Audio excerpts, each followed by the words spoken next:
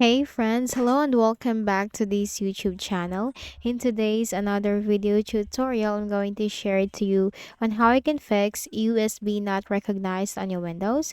So this is just a very straightforward tutorial. So without further ado, let's go quick into the process. So go ahead in the Windows search bar and type device manager. Click on it under the best match, or you can directly make a right click at the start button and select device manager. Then here in the device manager window, you need to locate the universal serial bus controllers. And here you need to look for the USB driver which you are having a trouble with, or your USB driver connected into your Windows. So once you find that, let's say for example this is the USB driver, make a right click, select update driver.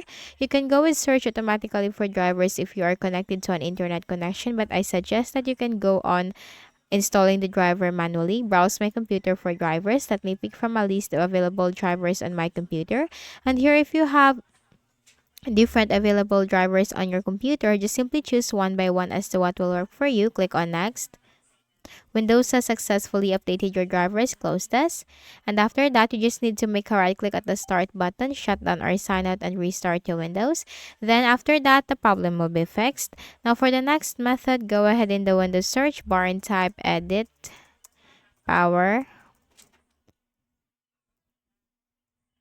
plan. Click on it under the best match. Then here you'll find this option, change advanced power settings. In here in the power options window, you need to find, or you will find, USB settings. Again, in this window, you'll find USB settings. So in my case, I don't have it. But if you find the USB settings, all you have to do is you need to click on the plus sign symbol like this one, and then change the drop down arrow.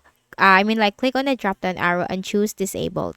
Again, you have to click on the drop down arrow and choose disabled. Click on apply, click on OK, close this, and then make a right click at the start button, shut down or sign out, and restart your Windows. So that's it. As easy as that, your problem will be fixed. So I hope this video helped you. Kindly please do not forget to hit the like button and subscribe to this channel for more tutorials like this. Thank you for watching.